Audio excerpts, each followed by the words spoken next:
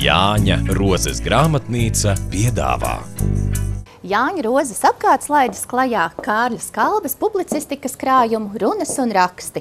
Krājumu sastādījis literatūras zinātnieks Viesturs Vecgrāvis. Tā iepazīstina ar līdz šim nepublicētu rakstnieka sabiedriskās darbības izpausmi. Viņa runām Satversmes sapulcēs no 1920. līdz 1922. gadam, kā arī runām mūsu valsts 1. un 4. saimā, kuru deputāts viņš bija. Turpinot grāmatnieka Jāņa Rozes pirms 90 gadiem aizsākto tradīciju izdot latviešu autoru darbus ar īpaši augstvērtīgu māksliniecisku noformējumu, Kārļa Skalbes runas un raksti, oriģinālo vizuālo tēlu veidojas mākslinieks Juris Petraškevičs, veiksmīgi apvienojot senās grāmatu iesiešanas tradīcijas un mūsdienu dizainu.